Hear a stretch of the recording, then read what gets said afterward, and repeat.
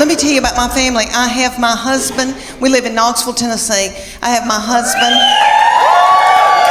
Thank you. Well, I have my husband and my 3 grown children. I have a 25-year-old boy that's married to a darling little girl. And then I have my 22-year-old daughter and then my 20-year-old daughter, and she's still in Knoxville with us. And so these children grew up and left me with their daddy. And my husband, there's 2 things on this earth that make him happy: a clean house and sex. Oh, lucky me.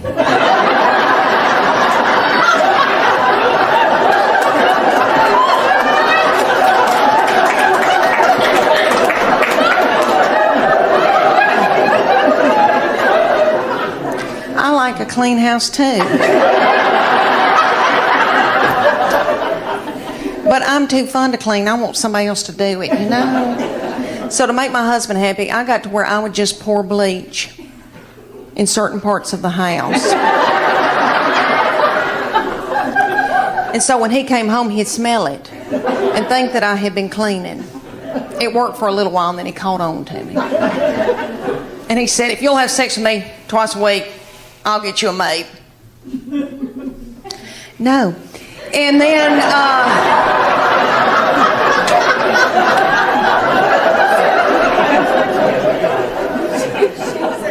he said, well, if you don't start taking care of my needs, I guess I'm going to have to get a girlfriend. I said, oh, dear Lord, say it's not so.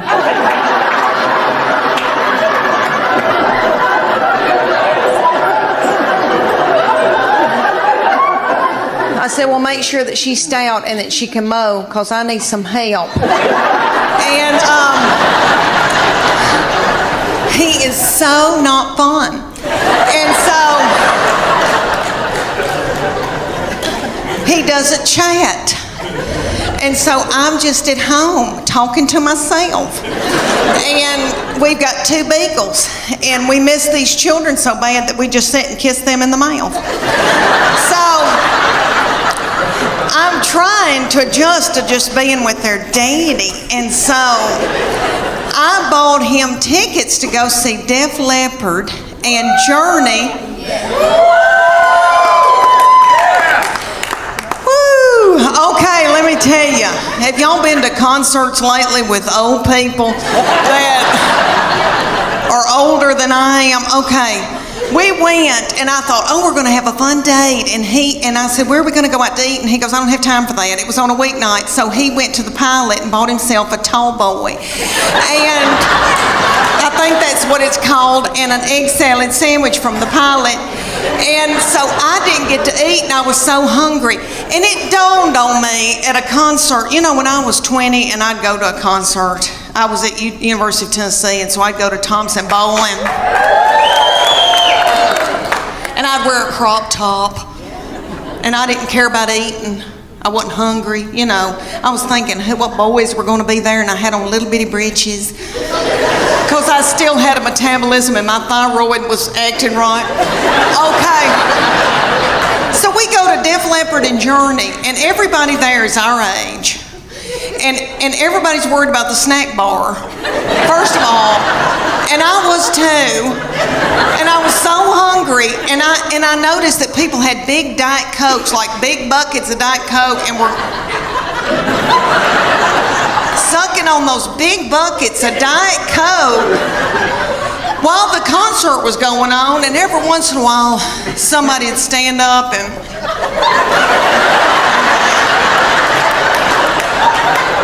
and then they'd sit back down.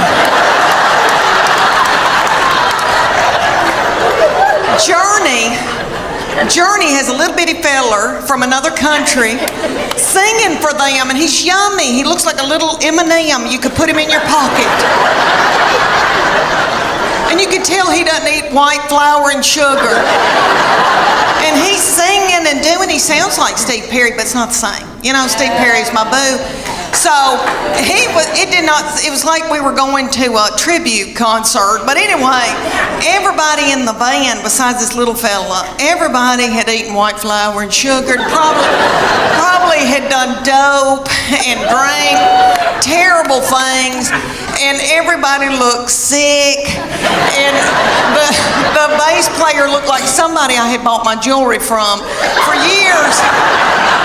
And they were just barely a-going. And then Def Leppard came out, and it was that lead singer, I think he's got thyroid issues. His hair was just thin and didn't have a lux to it, and then I noticed he had little bitty tiny legs and a little pot-belly stomach. But he sang "Put Some Sugar on It," which I hate that mess. I am a Earth, Wind and Fire R&B gal, and I love my journey, but I was like, this isn't my thing. And my husband every once in a while would go, and then just sit down, because he loves it. But anyway, this little man with the tiny little legs and the thinning hair, and then he had this little bump right here, and I could tell that's a hernia. He's got a hernia.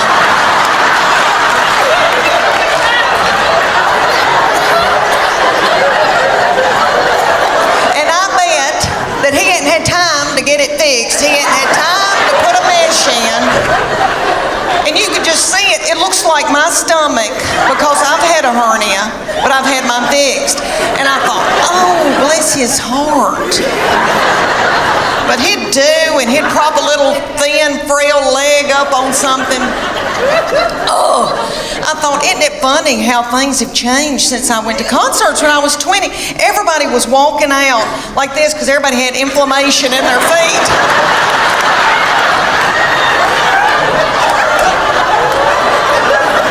Trying to get to their car.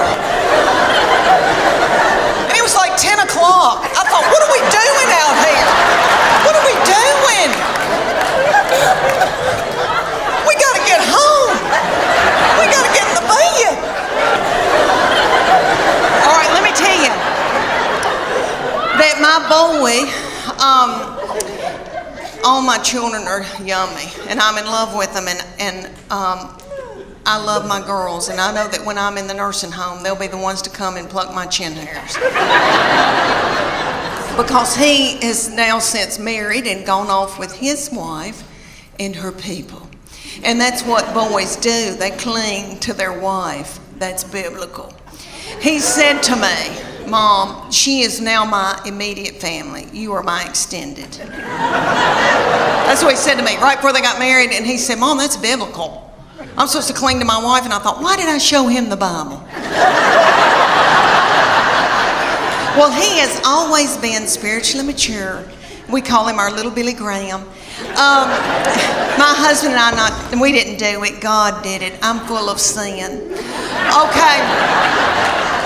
I've been washed in the blood, but I've been a horrible, horrible person. Not too bad, but okay.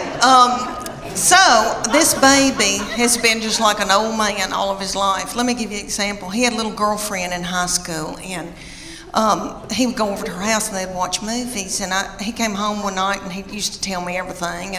And I said, what y'all been doing? He said, well, we've been watching television and kissing on the couch. And I said, okay, baby, okay. That's all right, that's normal. But I said, you know, before you know it, you've got your hand on somebody's leg, your arm around, and you know, things can get out of control. And I just say, slow it down. He looked at me like I was crazy. And he said, Mom, I've prayed about this. Nothing like that's gonna happen. And I know he meant that. And all I could think of to myself was some of the nastiest things I ever did.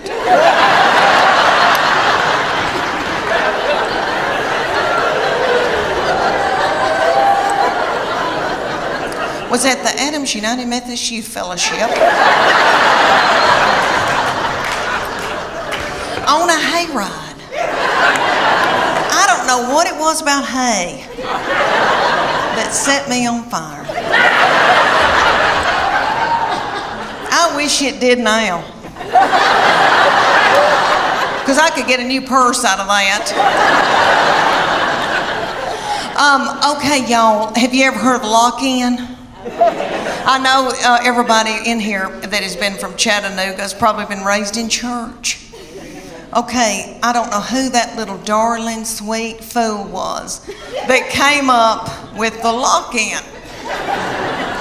Some probably little woman in a committee meeting. And she probably said, oh gosh, y'all, let's come up with something for all the hormonal teenagers. Let's gather them up and put them in the church building and lock the door and turn the lights out and leave them there all night. Maybe somebody will end up pregnant.